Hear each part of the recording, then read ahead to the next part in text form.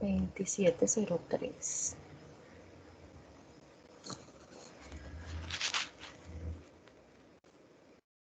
Son 37. No, ¿qué es esto? Ni empezando tarde, chicos. Chicos, entonces vamos a empezar a hablar de hongos. Nos cambiamos el chip, hablamos de hongos y luego hablamos un poco de herramientas de eliminación de microorganismos. Entonces, ya sabemos que los hongos pertenecen a otro reino, un reino independiente, el reino fungi.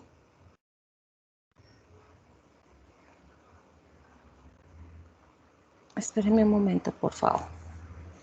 Listo. Que es el reino fungi, un reino independiente, y que los hongos de importancia médica son microscópicos. Este cuadrito ya lo habíamos visto, son microscópicos los de importancia médica. Hay unos unicelulares y otros pluricelulares. Esta imagen también la habíamos visto. Quiero que recordemos que las bacterias pues son células procariotas y tenemos las células eucariotas, donde los hongos son eucariotas, pero tienen características que son exclusivas de ellos. Vamos a ver cuáles son para que aprendamos cómo deshacernos justamente de los hongos sin que se afecten nuestras propias células. Entonces, el estudio de los hongos se conoce como micología. Y la micología médica pues estudia las enfermedades y los hongos que producen esas enfermedades. Las micosis superficiales se han descrito desde hace muchos años, milenios y milenios, como dice la canción. Hipócrates describe en sus relatos las micosis superficiales tipo tiña. Las tiñas, ustedes han escuchado mencionar mucho la tiña que tiene tiña. Las tiñas son causadas por hongos superficiales que son considerados dermatofitos. En la naturaleza hay muchos hongos, solo que no han estudiado todos los hongos. Eso porque la mayoría de los hongos son no patógenos. O sea, realmente no tienen muchas herramientas para causarnos daño. Entonces no nos afectan, ni siquiera nos infectan. Nosotros diariamente inhalamos grandes cantidades de hongos y no nos causan enfermedad. A algunos les causa alergia, pero no infección. Entonces, aproximadamente se han descrito 200.000 especies de hongos, pero eso representa un bajo porcentaje de los hongos que realmente existen.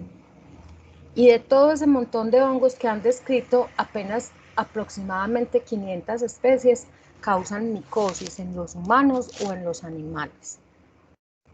Aquí recordemos la diferencia entre patogenicidad y virulencia. Entonces, la mayoría de los hongos en la naturaleza no son patógenos. Y los que son patógenos hay unos más virulentos que otros. Les decía hace un instante, nosotros diariamente inhalamos gran cantidad de hongos, pero no nos causan daño, porque esos hongos que inhalamos son destruidos en nuestros pulmones por los neutrófilos. Entonces acá recordamos a los neutrófilos, nos acordamos que sirven para defendernos de bacterias y de hongos. Listo. Los neutrófilos en nuestros pulmones y los macrófagos alveolares van a ser capaces de controlar esos hongos que inhalamos. Pero si un paciente tiene neutropenia, o sea que tiene bajo recuento en los neutrófilos, esas partículas de hongo que inhalan van a germinar y le van a causar un proceso infeccioso que incluso lo puede llevar a la muerte. Los hongos están descritos pues en la naturaleza. Hay macromicetos y hay micromicetos.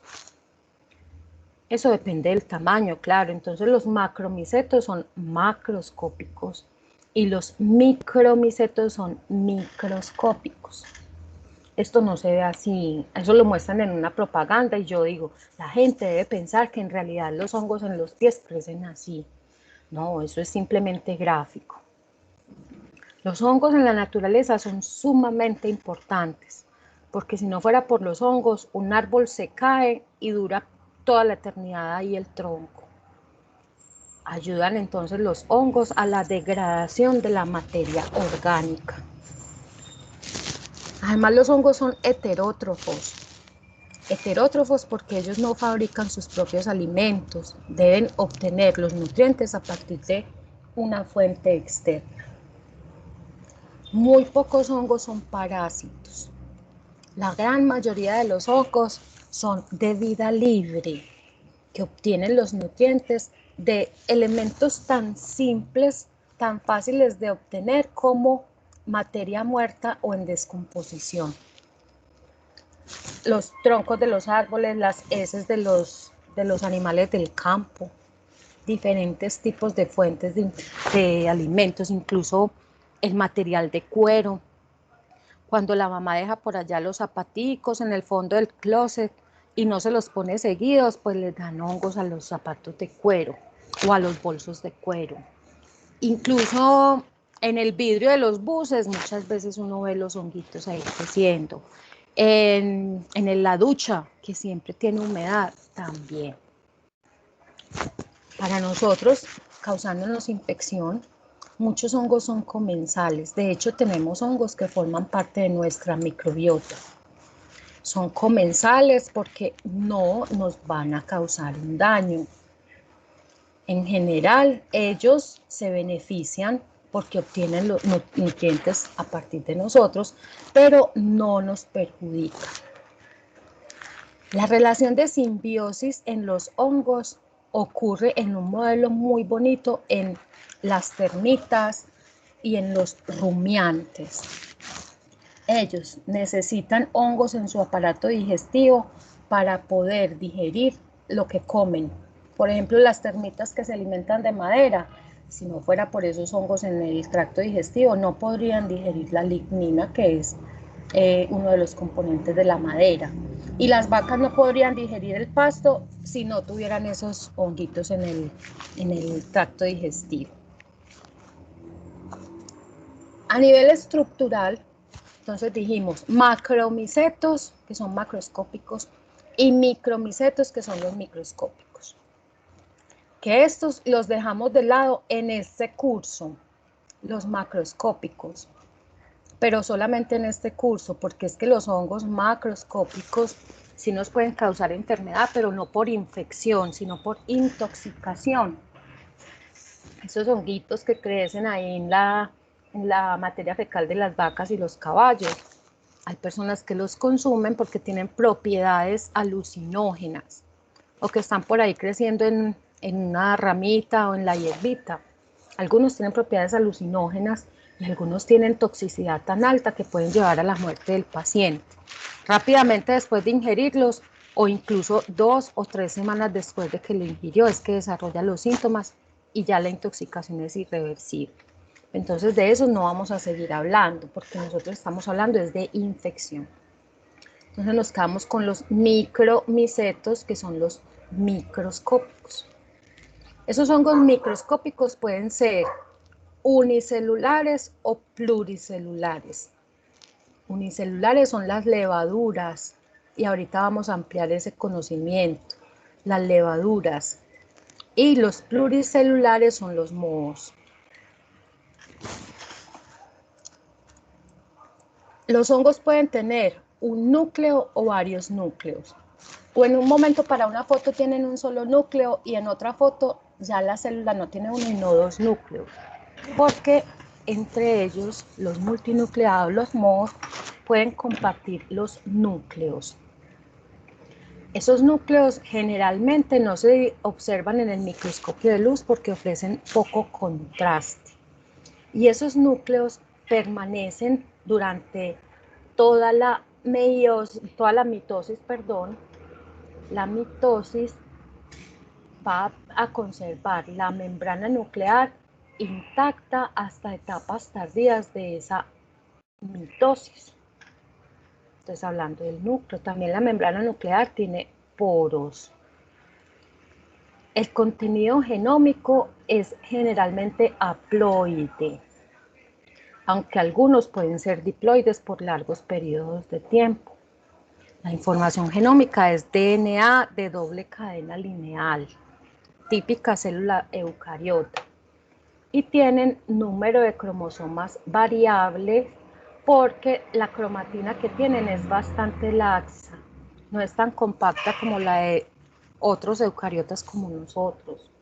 Entonces, si se le hace un cariotipo a una célula fúngica, puede ser que unas veces le dé 11 cromosomas y en otras ocasiones le dé 10, gracias a que la cromatina es bastante laxa.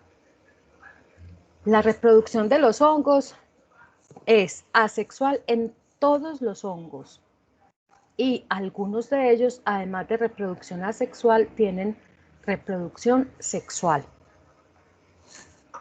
Los hongos de importancia médica son inmóviles, no tienen estructuras para moverse.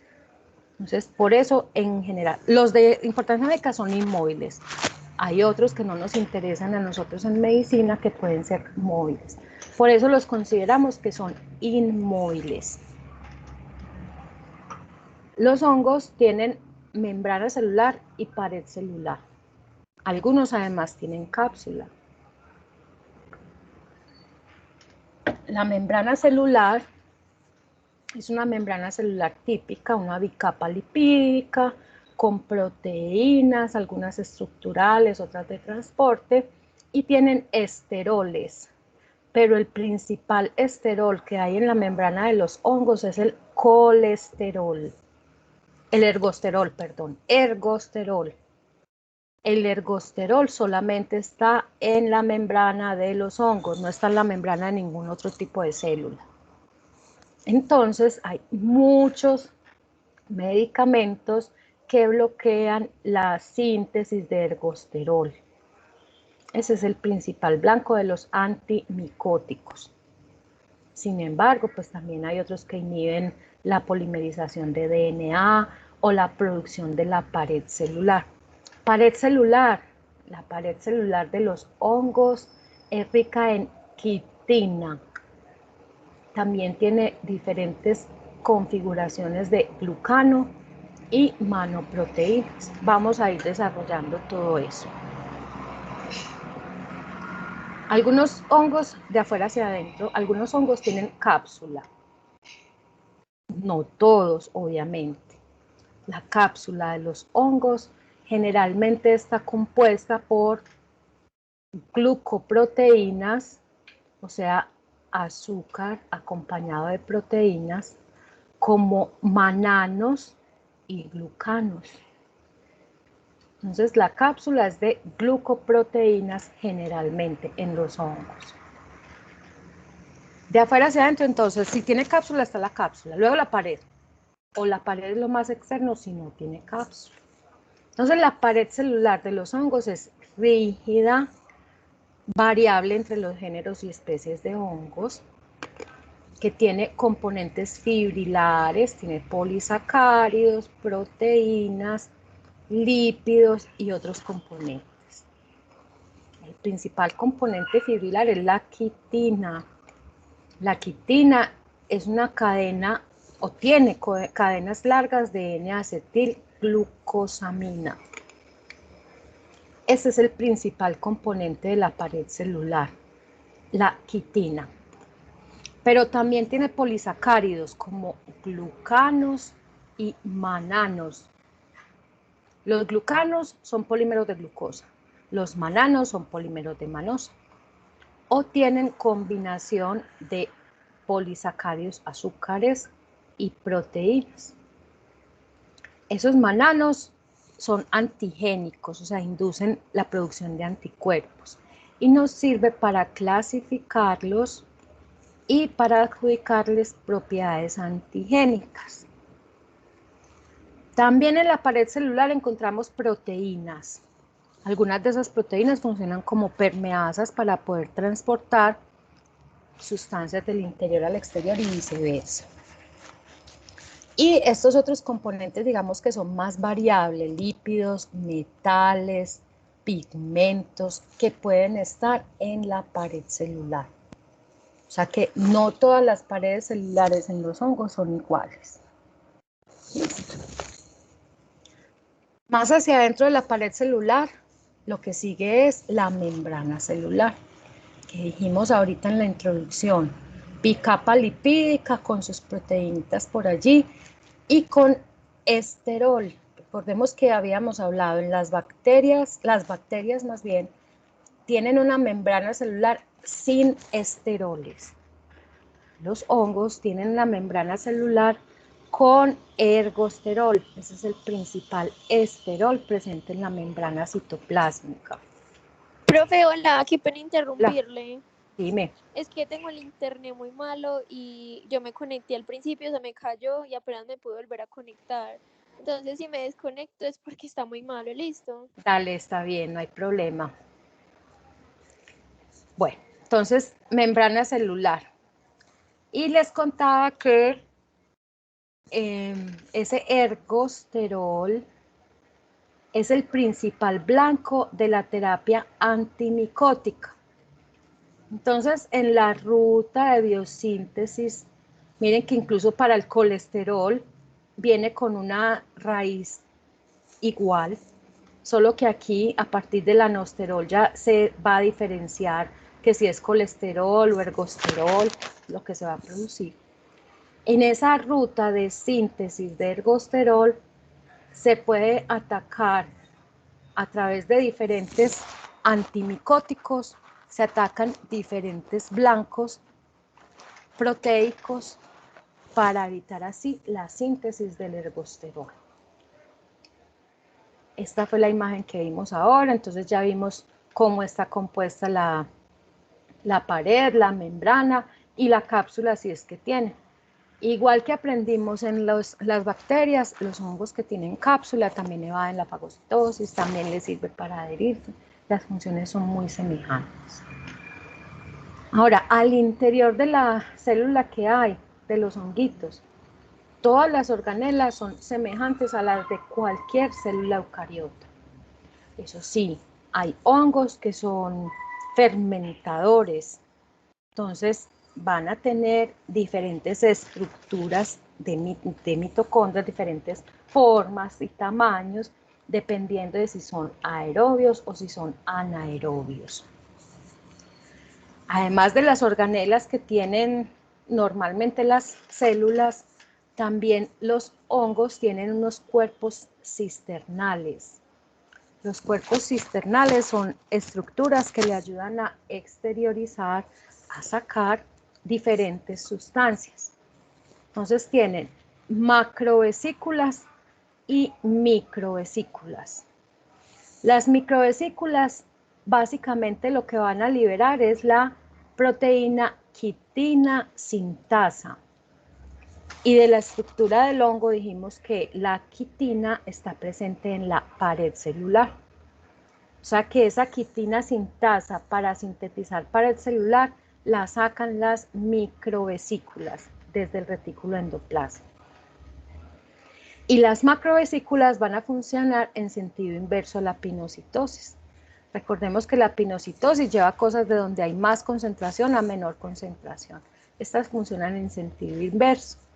Y a través de esas macrovesículas se liberan diferentes enzimas líticas que abren pequeños poros en la pared y se deposita allí nuevo material para sintetizar nueva pared. Sobre todo en este caso estamos hablando del momento de la replicación.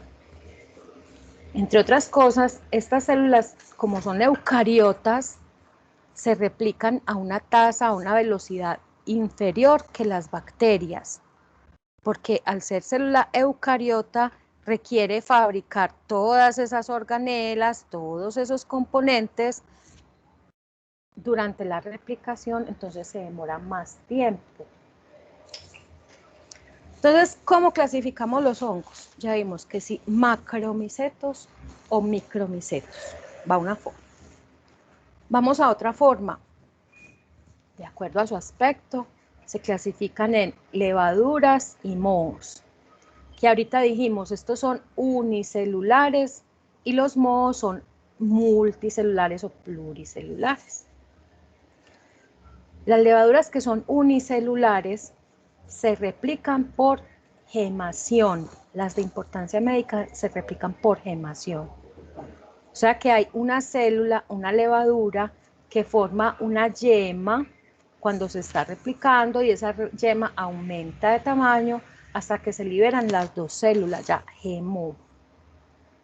En cambio, los mohos se replican por fisión binaria y tienen crecimiento apical.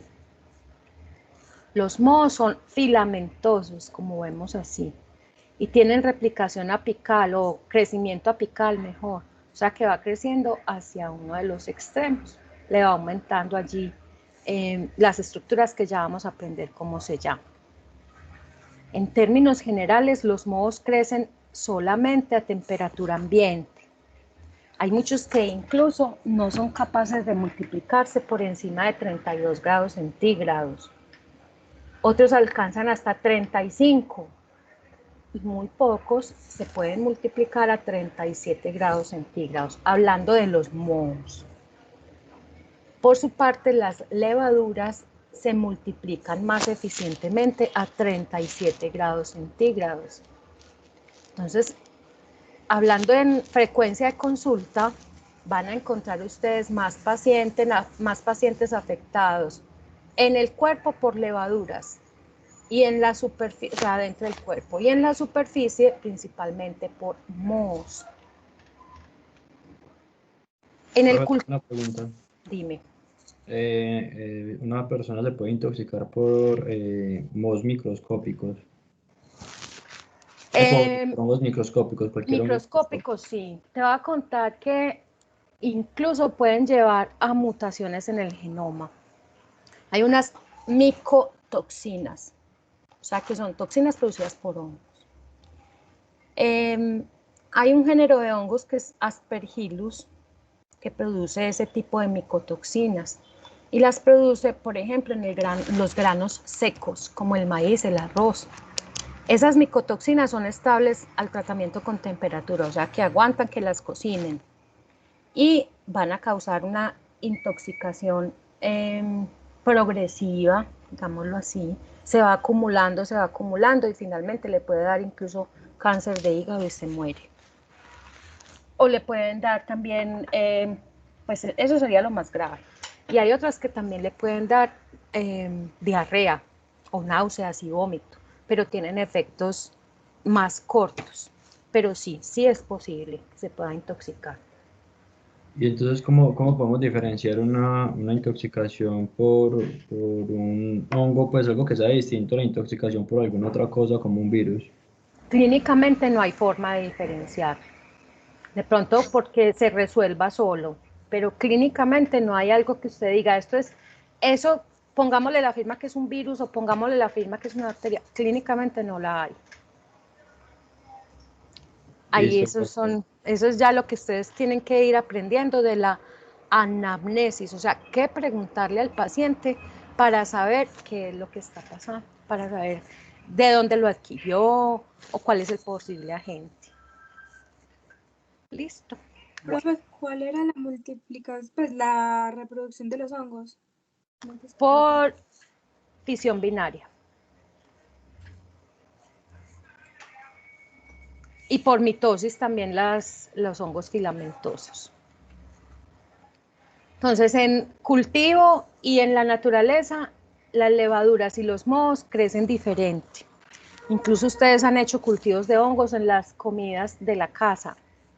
Han visto que crecen unos peluditos de diferentes colores, generalmente en el pan. Esos son los mohos, que tienen forma como configuración algodonosa, como si fuera polvo. Ah, sí, profe, eso nos lo ponían en las tareas del colegio. Es que los ponían a hacer. ¿Cómo? Bueno, los ponían a hacer el cultivo de hongos. En las arepas, Pero en las arepas también se pueden formar colonias de levaduras que no son peludas, sino que son cremosas. Igual son hongos. Pero entonces yo estoy segura que... ¿Cómo? Hay unos de estos. Entonces mira que ahí me estás hablando de pigmentos. Hay unos que son como negros, como grises, otros como verdes, otros son tan oscuros, tan negros que parecen azules. Entonces ahorita hablamos de los pigmentos que generalmente están en la pared celular del hongo. También estos que son cremosos pueden tener pigmentos, pero entonces ya hay unos como naranjados, como amarillos, pero yo estoy segura que han visto colonias de levaduras y colonias de mohos, en las arepas sobre todo. Ya en el pan, que sí está a temperatura ambiente, que es más seco el pan, entonces más bien han obtenido colonias de mohos. Profe, ¿qué tan malo sería comerse una arepa con hongos? ¿Qué tan malo es que les sabe mal? Nada más. Porque yo les contaba, la mayoría de los hongos que existen en la naturaleza son inocuos, no nos causan nada. ¿Cuál es el problema? Que, es que está lloviendo y yo sentía un sonido, yo, ¿qué pasa? ¿Dónde está la gata? ¿Qué está haciendo? Y no, es el agua cayendo en los vidrios. Bueno, ¿qué pasa? Los hongos son rígidos porque tienen pared celular y por esa rigidez ellos no pueden fagocitar, ¿cierto? Ellos no se deforman, ellos son rígidos. Entonces, así como contábamos con las bacterias, que las bacterias liberan sus sustancias para poder digerir el entorno, igualito pasa con los hongos. Entonces, usted tenía la última arepita en la bolsita en la nevera y decidió guardarla para pasado mañana porque tiene tiempo de calentarla. Y pasado mañana la sacó y la puso a calentar, no se dio cuenta de lo que tenía. ¿Qué ocurrió en ese tiempo? Pues que germinaron esos mohos allí en la harinita de la arepa y esos mohos liberaron las sustancias digestivas, las enzimas, digirieron el entorno. Pero luego usted se lo come, en el paso por el estómago con el pH se daña el honguito y las toxinas que produce son inocuas, no causan ningún daño. Pero cuando usted lo mastica sí le sabe como raro, como a tierra. Que yo siempre les cuento la historia es con un pan, pero bueno, aplica también con una arepa. Entonces la comió y como que sabe a tierra y sigue comiendo. Y muerde otra vez otro pedazo, y no sabe como a tierra. Ya si la mira en detalle y le ve el hongo, pero no pasa nada. Entonces aquí vamos aprendiendo algo conocido como mecanismo de infección. Mecanismo de infección. El mecanismo de infección incluye 3 parámetros. La ruta de infección. Entonces, en ese caso, la ruta de infección oral por vía digestiva no es eficiente. Otro dato a tener en cuenta, la forma infectante. O sea, la forma que tiene el hongo cuando yo lo ingiero. Si ingiero conidias, que vamos a aprender esos términos, conidias, hifas o qué es lo que ingiero. Y la fuente de infección. Esas 3 cosas componen el mecanismo de infección. Entonces, en este caso, la ruta es supremamente importante, porque la ruta de ingestión es ineficiente para la gran mayoría de los hongos. O sea, podemos consumirlos y no importa, no pasa nada.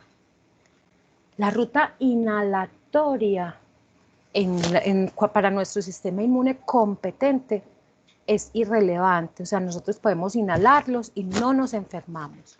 El problema es cuando la persona tiene algún inmunocompromiso, porque ahí sí la ruta inhalatoria es eficiente para muchos hongos. Listo, entonces, los hongos unicelulares, que son las levaduras, pues, ¿cómo están compuestas una colonia de levaduras? Por levaduras, es que son unicelulares, es la única forma que tienen. En cambio, los mohos tienen diferentes estructuras que lo componen. ¿Cuáles son esos elementos o estructuras? Las hifas. Las hifas son estas estructuras largas como si fueran ramas. Esas hifas se pueden ramificar y pueden tener segmentos, estar como partidas. Entonces hay hifas. Hay lo que vamos a llamar, hasta hoy vamos a llamar esporas, porque les vamos a cambiar el nombre. Las esporas tienen una pared más gruesa y tienen una sustancia mucilaginosa que secretan, que va a hacer que se adhieran fácilmente a donde caigan.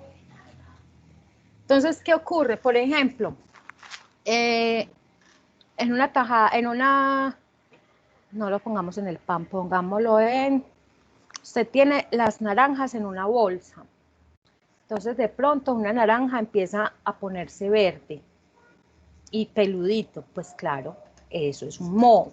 Si usted mueve esa naranja, se desprenden esas esporas que están ahí y eso es microscópico, usted no lo ve, usted de pronto sí puede ver como una nubecita que se suelta y esas esporas que se liberan caen en otra naranja y ahí germinan. Se adhieren a la naranja gracias a la sustancia mucilaginosa que tienen. Entonces, las hifas, dijimos ahora que tienen crecimiento apical, ¿cierto? Que siempre van a crecer en la misma dirección, pero acabamos de decir que se pueden bifurcar, ¿cierto? Se pueden dividir. Las hifas y las esporas, que ya les vamos a cambiar el nombre, juntos van a formar un micelio. El micelio puede ser aéreo o puede ser vegetativo, dependiendo de la función. Entonces, el micelio aéreo es lo que está sobresaliendo del medio de cultivo. Ahí se presenta la reproducción asexual del hongo. En cambio, el micelio vegetativo es el que penetra en el medio de cultivo o la arepa o el pan, el cultivo que usted hizo en su casa. El micelio vegetativo le sirve para fijar ese micelio y también le sirve para obtener la nutrición. Entonces crece ligeramente en la superficie o allí adentro del medio. Más fácil se observa en el pan, aunque en las arepas también, que puede empezar en un lado y solo está en un lado, el colorcito verde. Pero también en ocasiones usted le da vuelta a la arepa y salió hasta el otro lado. Entonces ahí tenía su micelio aéreo y su micelio vegetativo. En el micelio vegetativo es donde, si el hongo tiene reproducción sexual, en el micelio vegetativo es que lo va a observar.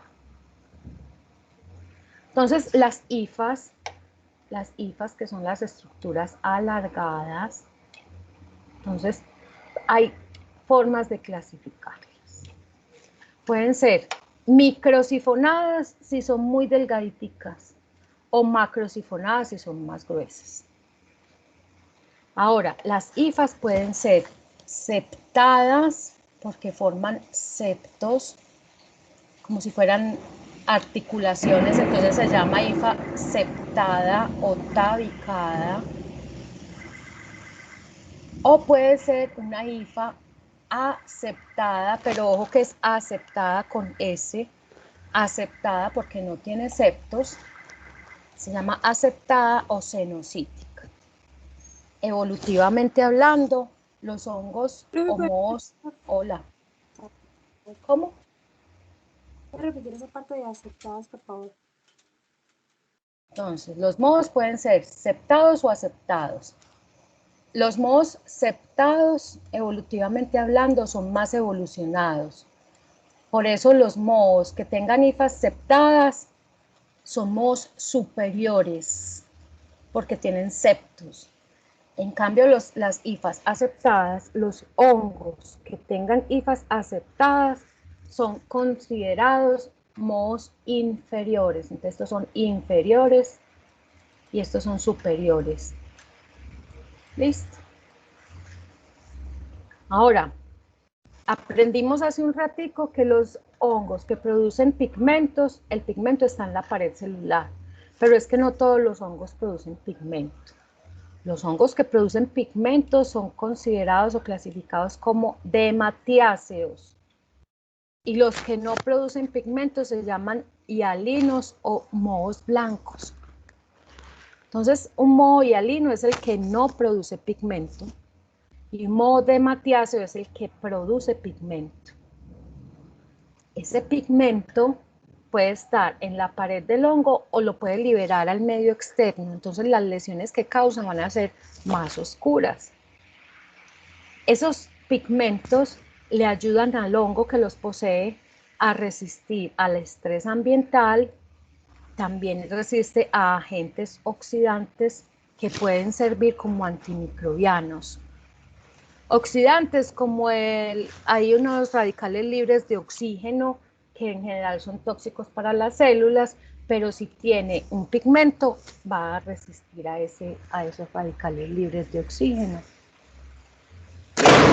Ay, muchachos, está cayendo una tormenta. Si se me va la luz, ya saben qué pasó. Si se quedan escuchando la nada, ya saben qué pasó.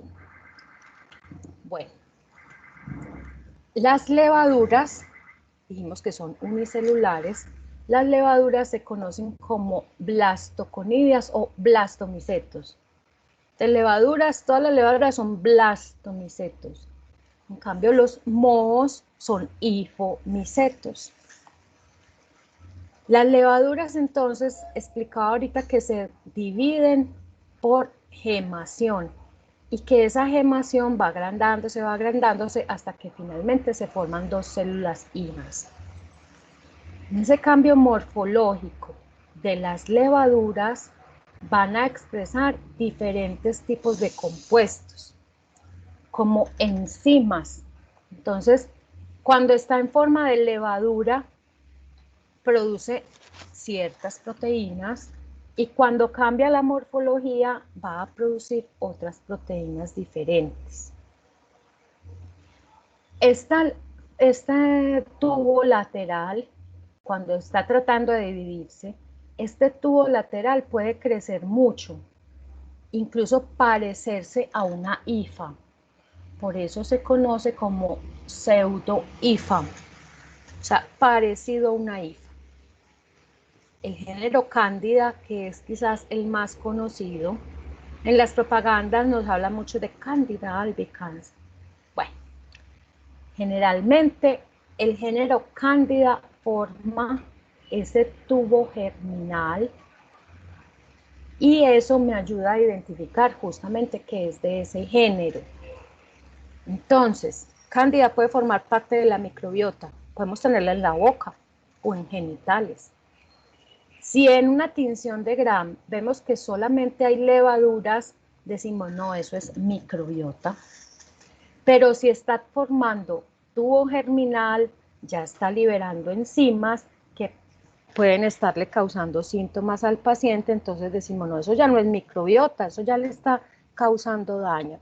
Hay que iniciar el tratamiento. ¿Listo? Entonces hay mohos y hay levaduras. Los mohos crecen a temperatura ambiente, las levaduras crecen a 37 grados centígrados. Pero hay un grupo especial de hongos que se llaman los hongos dimórficos. Dimórficos porque tienen dos morfologías. Se comportan como levadura o como moho dependiendo de la temperatura a la que se incuben. Entonces, el mismo hongo, si yo lo incubo a 37 grados centígrados, se comporta como levadura, y el mismo hongo, si yo lo incubo a temperatura ambiente, se comporta como moho. Esas son la excepción, porque los hongos o son mohos o son levaduras. Los hongos dimórficos pueden ser lo uno o lo otro, dependiendo básicamente de la temperatura de incubación. Este hongo dimórfico, Histoplasma capsulatum, es el ejemplo más fácil para explicar el fenómeno. Histoplasma capsulatum causa una enfermedad que se llama histoplasmosis. Entonces, Histoplasma capsulatum, en su forma libre, vive en la naturaleza en medios ricos en nitrógeno y en fósforo. Ese medio se lo brinda perfectamente la materia fecal de los murciélagos. Entonces, Histoplasma capsulatum en forma de hifas, de moho, va a crecer ampliamente en el guano del murciélago, o sea, en las heces del murciélago. Pero cuando una persona va a la cueva donde están las heces del murciélago, remueve ese moho, se volatilizan las estructuras para replicación asexual. Son llamadas conidias, o sea, las esporas. Entonces, Histoplasma capsulatum produce macroconidias y produce microconidias. Estas son estructuras del moho. Cuando las inhala una persona, entonces cuando pisó y removió todo eso, inhaló, las microconidias son tan pequeñas que pueden llegar hasta el pulmón. En el pulmón ya la temperatura cambia, la concentración de CO2 cambia y de otros componentes cambia, entonces ya esa estructura que forma parte del moho, microconidia, se transforma en levadura. O sea que si le toman una muestra del pulmón a este paciente, vamos a observar levaduras. Pero si se siembra en el laboratorio y se incuba a temperatura ambiente, vamos a observar mohos. O sea, hifas y conidias, que son las estructuras de replicación asexual. ¿Listo?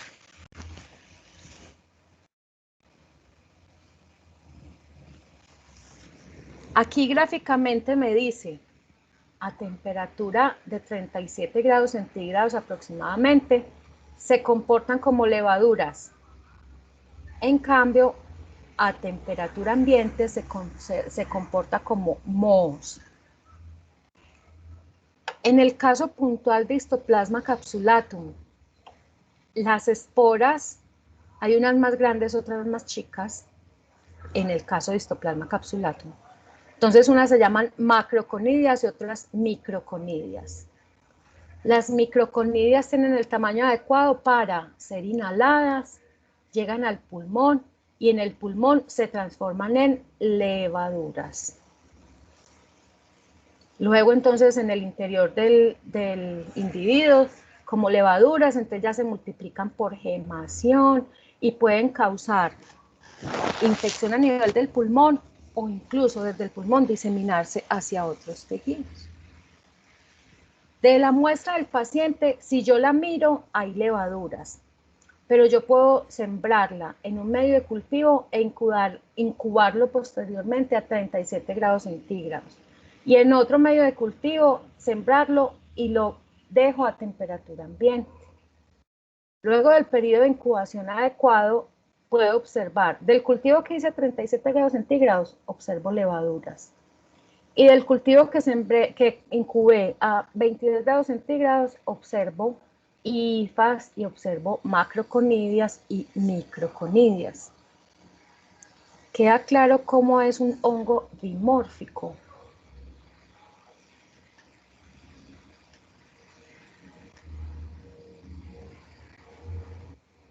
Sí, pues. Listo. Listo, está bien. Bueno, entonces vamos a hablar de reproducción para ahí aclarar qué era eso de conidia y no sé qué. Todos los hongos presentan reproducción asexual, todos. A la reproducción asexual se le conoce como estado anamorfo o estado imperfecto, también se le conoce. A la reproducción asexual. Imperfecto. A la reproducción sexual se le conoce como estado perfecto o estado teleomorfo. Entonces, a todos los hongos se les conoce su reproducción asexual, pero a algunos hongos se les conoce además la reproducción sexual. De entrada les digo, las levaduras solamente tienen reproducción asexual. Las de importancia médica no tienen reproducción sexual. Entonces los mohos son los que pueden presentar los dos tipos de reproducción. Por supuesto, en la reproducción asexual hay un proceso mitótico donde no hay recombinación genómica y sabemos que de un individuo se obtienen dos exactamente iguales. En cambio, en la reproducción sexual se incluye un proceso meiótico. En la meiosis hay combinación de dos tipos de células de reproducción sexual, y hay recombinación entre ellas, y por supuesto va a haber cambio en la estructura del genoma. Tanto para reproducción sexual como para reproducción asexual hay estructuras de replicación especializada. Entonces, en la reproducción asexual, las levaduras, dijimos, solamente reproducción asexual, no tienen reproducción sexual. En las levaduras dijimos que se replican principalmente por gemación, pero que hay otras que tienen fisión binaria o bipartición. En los pluricelulares, donde observamos las hifas, que pueden ser aceptadas o septadas, ya esas esporas van a cambiar de nombre. Ahorita dijimos que Histoplasma capsulatum producía macro y microconidias. Histoplasma capsulatum es un moho septado, es un moho superior, septado, que produce esporas de reproducción asexual que se llaman conidias. ¿Cómo se producen esas conidias? ¿Cuál es el origen de esas conidias? En unos casos puede ser que la hifa en su crecimiento es como si fuera una articulación. En su crecimiento se segmenta, se fragmenta un extremo, y eso es una conidia, o sea que tiene ontogénesis o procedencia tálica, tálica porque proviene del talo, o puede ser que en el crecimiento de la hifa tiene una célula especializada que produce conidias. Como hay una célula especializada, se conoce como conidiogénesis blástica, porque esta célula está especializada para producir conidias, es como si fuera una célula madre. ¿Quién me va a hablar? Profe, profe, ¿será que me puedes pasar a la diapositiva anterior para yo mirar algo, por favor? Esto. No, a la otra. Eso. Ya, gracias, profe. Bueno, entonces, volvemos aquí. Los mohos septados producen conidias, que las conidias pueden ser de ontogénesis tálica o de ontogénesis blástica. Las conidias pueden ser grandes, macroconidias, o pequeñitas, microconidias. En cambio, los mohos aceptados producen esporangiosporas. Esporangiosporas que están contenidas en una membrana. Cuando esa membrana se rompe, se liberan las esporangiosporas. Entonces estamos hablando de reproducción asexual. O sea que si esta conidia se libera, ya dijimos que esas esporitas de reproducción asexual tienen una cubierta mucilaginosa que hace que se adhieran, esas conidias caen a un nuevo sustrato. O sea que a partir de esta conidia se va a producir una hifa, un micelio igualito al que lo produjo. Igual con esta conidia, cae al sustrato de esa conidia, va a germinar una nueva hifa, un nuevo micelio, exactamente igual al que del cual se originó. Igual la esporangiospora, nuevo sustrato y va a germinar en un nuevo individuo igualito al que lo originó, porque es reproducción asexual. Entonces aquí están, mohos aceptados producen esporangiosporas y los mohos septados producen las conidias. De acuerdo a la disposición de las conidias, eso me va a ayudar en la clasificación taxonómica. Bueno, esto ya lo vimos. La reproducción sexual, también hay órganos especializados para esa reproducción. En la reproducción sexual participan dos células, que algunos las llaman femenina y masculina, otros las llaman positivo y negativo. El caso es que son células compatibles. Pero bajo el microscopio yo no puedo decir que este es un macho y esta es una hembra, no, no es posible. En la reproducción sexual ocurre, entonces hay dos células, esas dos células al inicio entonces empiezan con células con información genómica N, luego entonces al juntarse hay plasmogamia, se juntan las dos células, ay, no les pinté el núcleo aquí, se juntan las dos células, entonces ya queda una sola, pero con dos núcleos, plasmogamia, que luego se unen esos dos núcleos en uno solo y ya esto se llama cariogamia. Ya esta célula, como los iniciales eran N y N, ya esta célula es 2N. Ya después de ese proceso viene la meiosis, que es donde ya hay entrecruzamiento de cromátidas, todo lo que pasa en la meiosis, y luego al final hay mitosis produciendo células N, igual. Pero esas células van a tener una información genómica que es combinada entre las dos células donantes. Entonces, así es que evolucionan los honguitos, porque tienen reproducción sexual, porque entonces hay recombinación genómica entre ellos.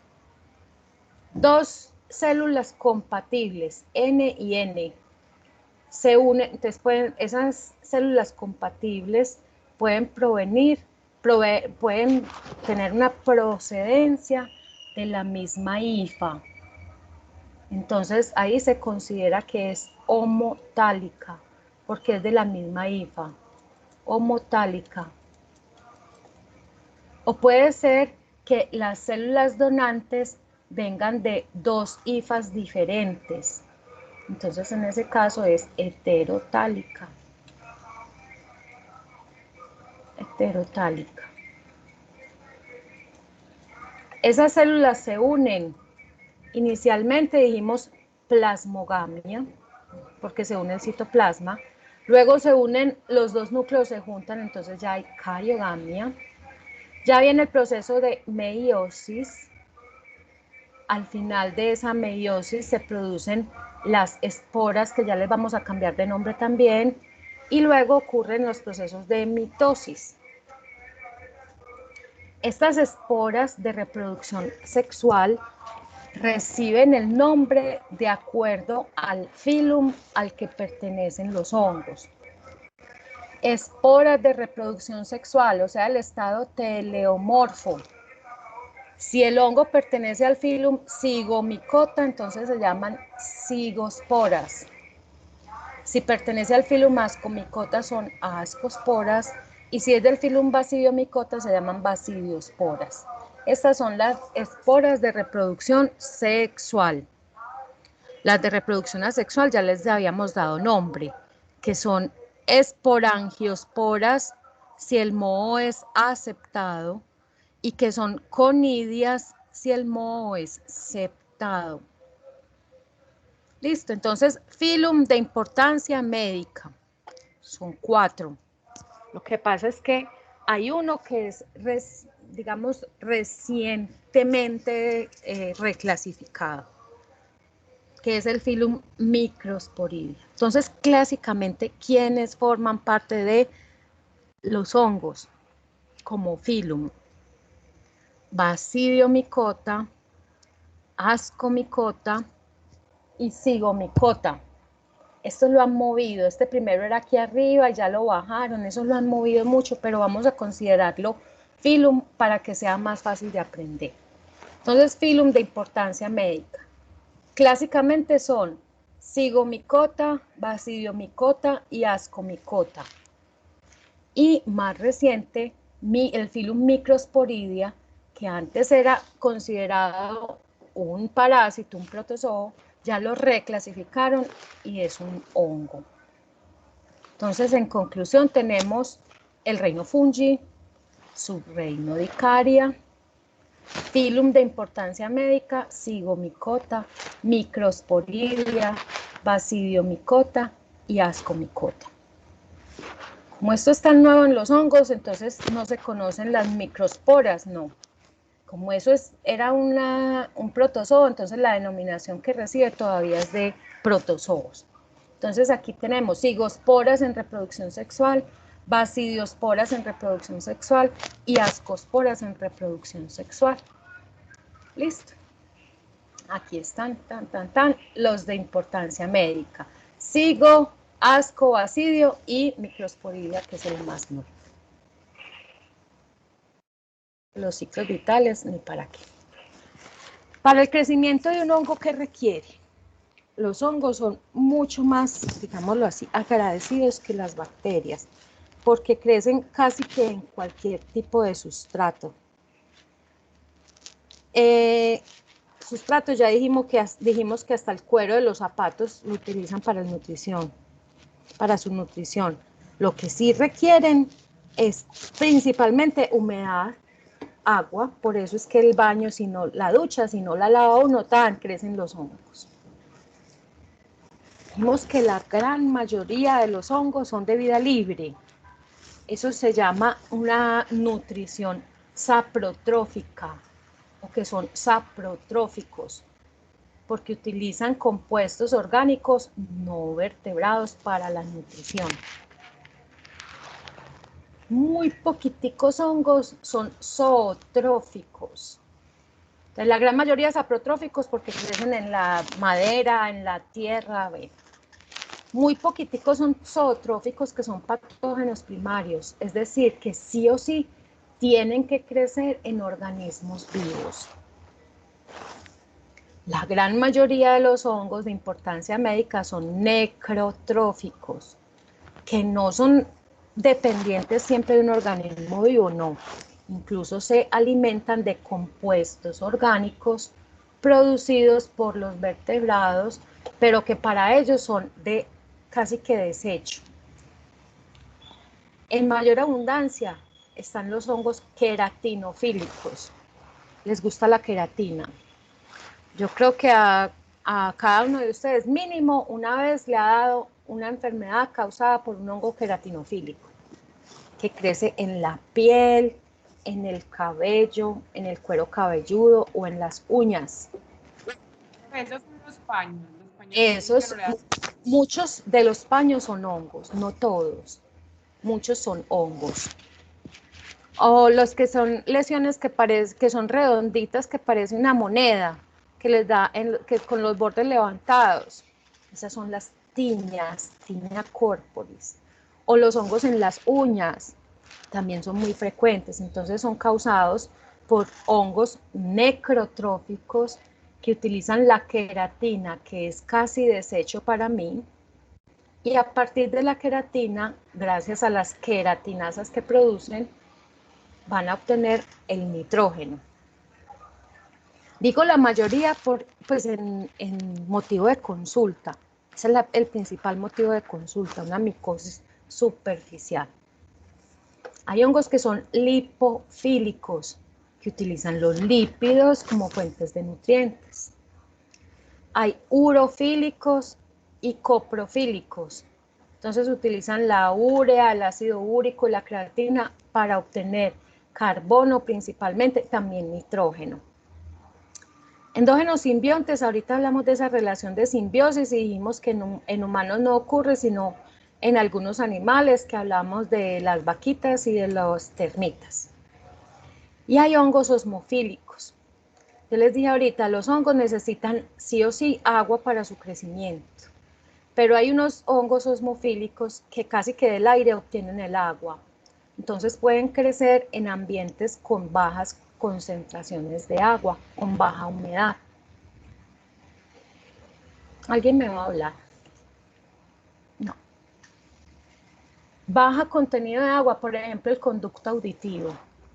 Hay muy poquita agua y hay mohos que pueden crecer ahí porque obtienen el agua casi que del ambiente. En el laboratorio se necesita Fuente de nitrógeno, que generalmente es la peptona. Azúcares, principalmente la glucosa, como en todos los organismos, aunque hay hongos que pueden metabolizar diferentes tipos de azúcares, no solo la maltosa. Un soporte sólido que no puede ser el agar que usábamos en bacterias, que proviene de algas marinas, no. Se requiere de gelosa, porque el agar es metabolizado por muchos hongos. Entonces hay que utilizar algo que los hongos no digieran, en este caso la gelosa. El pH óptimo de crecimiento es ligeramente ácido. Los hongos pueden crecer en amplios rangos de pH. También requieren de vitaminas, que generalmente las obtienen en la peptona porque vienen disueltas o incluso en el azúcar que se utilice para el suplemento. La principal fuente de carbono que utilizan los hongos es la glucosa. Sin embargo, les decía ahorita, hay diferentes tipos de azúcares que metaboliza el hongo y eso me ayuda para la clasificación taxonómica. En general, los disacáridos pueden ser transportados a la célula o si no, deben ser degradados a las unidades estructurales, a los monosacáridos, por las sacarasas que libera el honguito en el medio exterior. Por eso les decía ahora, puede que el alimento contaminado con hongos le sepa raro, diferente, porque ya ocurrió parcialmente una digestión, pero no le va a causar ningún tipo de enfermedad al que lo consuma.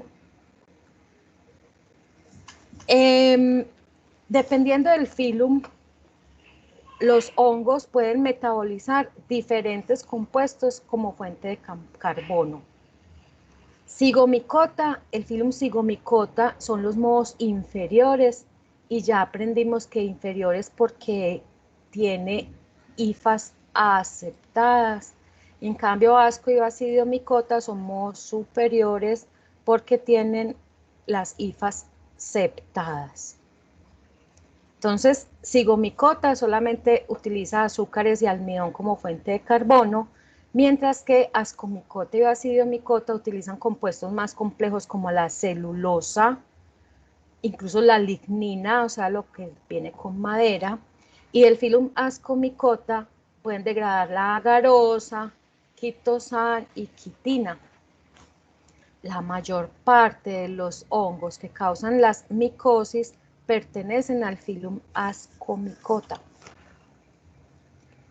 Obtienen la energía la mayoría por metabolismo oxidativo, la mayoría de los de importancia médica, o también por fermentación.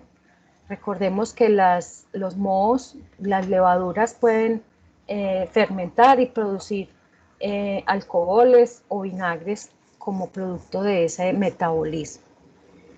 No pueden fijar dióxido de carbono, pero sí lo pueden utilizar para la carboxilación. No fijan el nitrógeno molecular, pero sí asimilan el nitrógeno inorgánico. De acuerdo a la dependencia de oxígeno, la mayoría de los hongos son aerobios obligados y otros tantos son anaerobios facultativos, que también son fermentadores facultativos. Los anaerobios facultativos pueden fermentar y ya sabemos que producen alcohol y CO2, alcohol como la cerveza que nadie toma, Saccharomyces cerevisiae es el que la fermenta el azúcar y se produce el alcohol.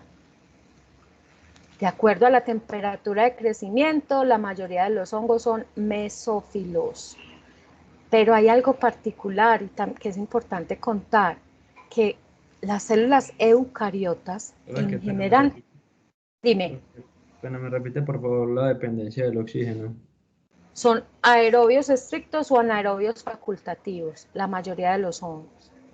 Que los anaerobios facultativos también pueden fermentar. Eso fue lo que nos contamos de aquí. La mayoría de los hongos aerobios obligados y unos cuantos anaerobios facultativos.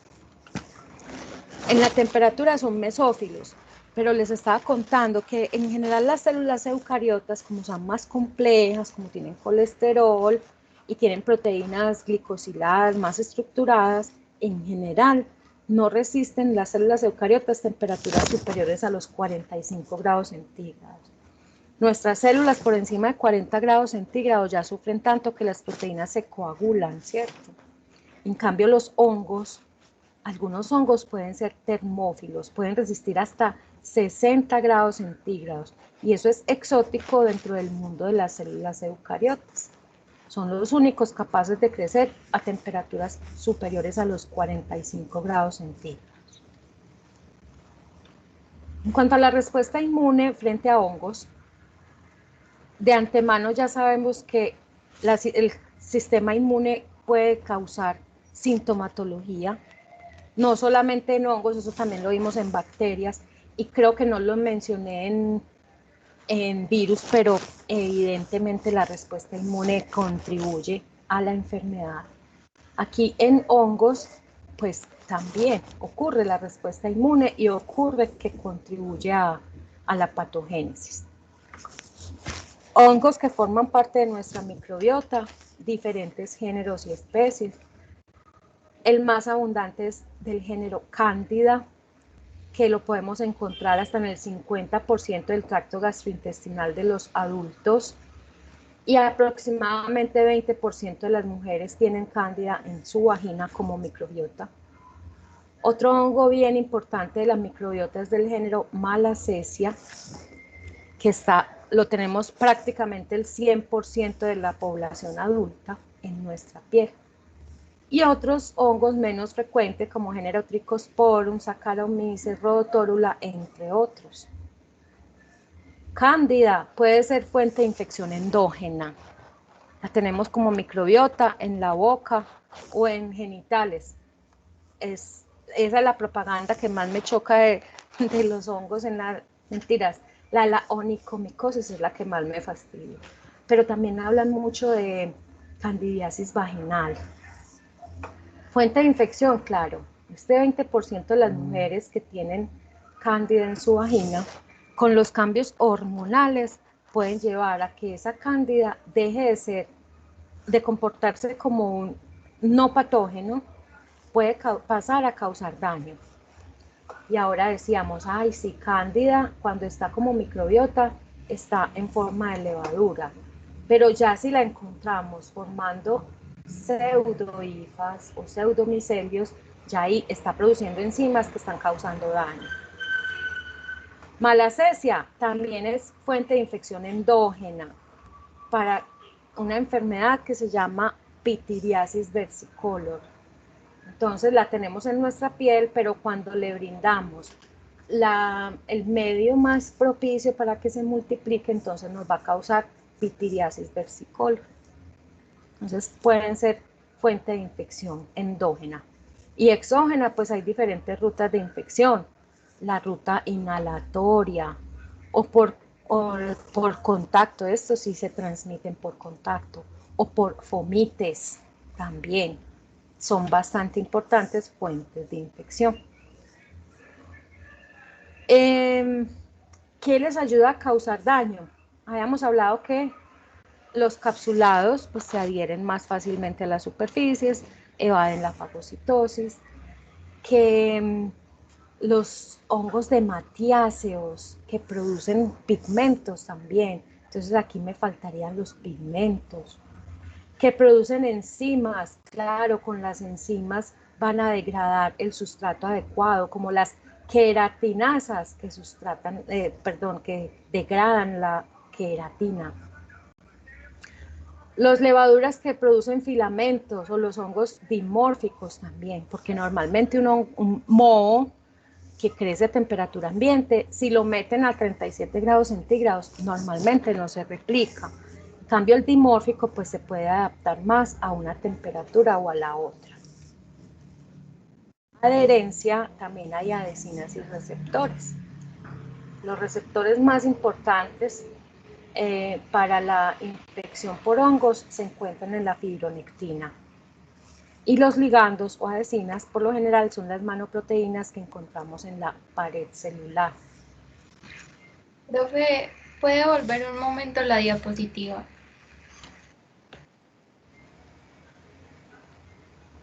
Ya, muchas gracias. Bueno, entonces las manoproteínas de la pared celular se adhieren principalmente, pues son ellas las que se adhieren a los receptores, porque la pared celular es lo que está más externo en la mayoría de los hongos. Luego viene el proceso de invasión, donde la producción de enzimas extracelulares le ayuda a colonizar diferentes tejidos.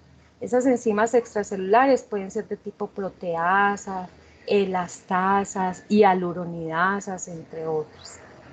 Los cambios morfológicos también facilitan el cambio en la producción de enzimas y la formación de hifas o de pseudohifas, como en el caso de Candida albicans. Para invadir nuestra piel, que es la barrera superficial más grande, generalmente son suficientes las microabrasiones. Caminar nos puede causar microabrasiones en algunas zonas de los pies. Caminar más, trotar y correr, sobre todo, mucho más. Puede haber pérdida en la continuidad del epitelio, pero solamente así, con esa pérdida en la continuidad, los hongos pueden alcanzar el tejido subcutáneo. Entonces hay micosis subcutáneas. Y otras infecciones pues se adquieren por la ruta inhalatoria y a partir del pulmón se pueden diseminar a otros tejidos. Entonces las micosis sistémicas por lo general entran, el hongo, el agente etiológico, entra al cuerpo por inhalación. Entonces se adhiere, coloniza y ahora causa lesiones. ¿Cómo causa lesiones? Nosotros aprendimos que las bacterias producen toxinas, ¿cierto? Y esas toxinas son bastante resistentes y están muy asociadas al daño directo en el hospedero. Pero en el caso de los hongos, ellos en general no producen toxinas o esos elementos extracelulares, en general no los producen. Sin embargo, algunos hongos durante su multiplicación pueden tener un efecto tóxico que lleve a necrosis del tejido o a un bloqueo en el suministro de sangre en el tejido. También puede causar daño debido a una regulación del sistema inmune. En este caso, una regulación negativa en el sistema inmune puede llevar a sobreinfección con otros microorganismos. Y en general, para las micosis superficiales sobre todo, la hipersensibilidad, o sea, las reacciones alérgicas, esa hipersensibilidad de tipo tardío va a contribuir al daño en los tejidos. En la respuesta inmune a hongos, hay que tener en cuenta que unos cuantos son intracelulares, pero la gran mayoría de los hongos son extracelulares. Para lo que son microorganismos intracelulares, la respuesta mediada por linfocitos T es la más importante. Pero recordamos que para lo que sea extracelular, lo más importante, la respuesta más importante son los neutrófilos y los fagocitos. Los neutrófilos contienen sustancias que pueden matar a los hongos, sustancias fungicidas, como los reactivos intermediarios de oxígeno y las lisocimas. Tenemos ahí el sistema inmune innato, o más bien otros componentes del sistema inmune innato, como los receptores tipo selectinas, que activan tanto los macrófagos como los neutrófilos, y las proteínas de unión amanosa que detectan la manosa presente en la pared celular de los hongos. Acá les muestro, bueno, ya aprendimos cómo es la replicación, lo que se requiere en el honguito, de antimicóticos. Los antimicóticos se pueden clasificar en 6 grupos diferentes. El primer grupo, que es el más común, el que le hacen propaganda en la tele, los que bloquean la síntesis de ergosterol, que incluyen allí las alilaminas, bloquean la síntesis de ergosterol. las alilaminas y los azoles. Estos sí que son populares. El clotrimazol, el fluconazol, todo lo que termine en azol prácticamente bloquea la síntesis de ergosterol. Otro grupo de medicamentos antimicóticos se conocen como polienos. Los polienos se unen al ergosterol que ya está formado en la membrana celular, lo secuestran y se forman huecos en la membrana celular, lo que hace que la célula se muera por lisis. Hay otros medicamentos que inhiben la síntesis de DNA y de RNA. Otros bloquean la formación de los microtúbulos, o sea que la segregación de los cromosomas no se va a dar eficientemente, entonces bloquean la síntesis de, más bien la mitosis. Y el último grupo son las equinocandinas. O sea, son 6 grupos, aquí hay un pequeño error, pero no es real, porque es que está repetido el 1, y está repetido porque tienen el mismo blanco de acción, o sea, el mismo efecto más bien. Por último están las equinocandinas, que son las que inhiben la síntesis de pared celular. Listo. Entonces dejamos hasta aquí hoy, creo que es mucha información. Profe, para ¿cuál era el que sexto? los inhibidores de síntesis de pared celular, las equinocandinas. Listo, profe, gracias. Listo, a ustedes, ¿alguna otra inquietud? Profe, estas diapositivas de hongos todavía no están en la plataforma. No, yo las subo el fin de semana próximo. Listo, gracias. Es, digamos, una forma de presionar a que ustedes consulten los libros, porque no se pueden quedar con la información que damos en clase. Es necesario y recomendado que revisen. Oiga, el reempálago no lo había leído. Es muy importante que ustedes revisen los textos, porque puede que yo les diga mentiras y ustedes aquí bien confiados en que yo tengo la verdad. O puede que en el libro les expliquen de tal forma que les quede mucho más claro comparado con lo que yo les comparto aquí. Listo, entonces el compromiso es que revisen. Los libros. Es en cualquier libro de microbiología médica. Bueno, profe, gracias. Listo, está bien. Entonces, para que repasen y me traigan dudas si tienen para la próxima clase. Listo. Gracias, profe. Listo, chicos. Yes. Entonces, que tengan Dios buen le pague, Dios resto la de bendiga. día, que aprendan mucho. Listo, amén.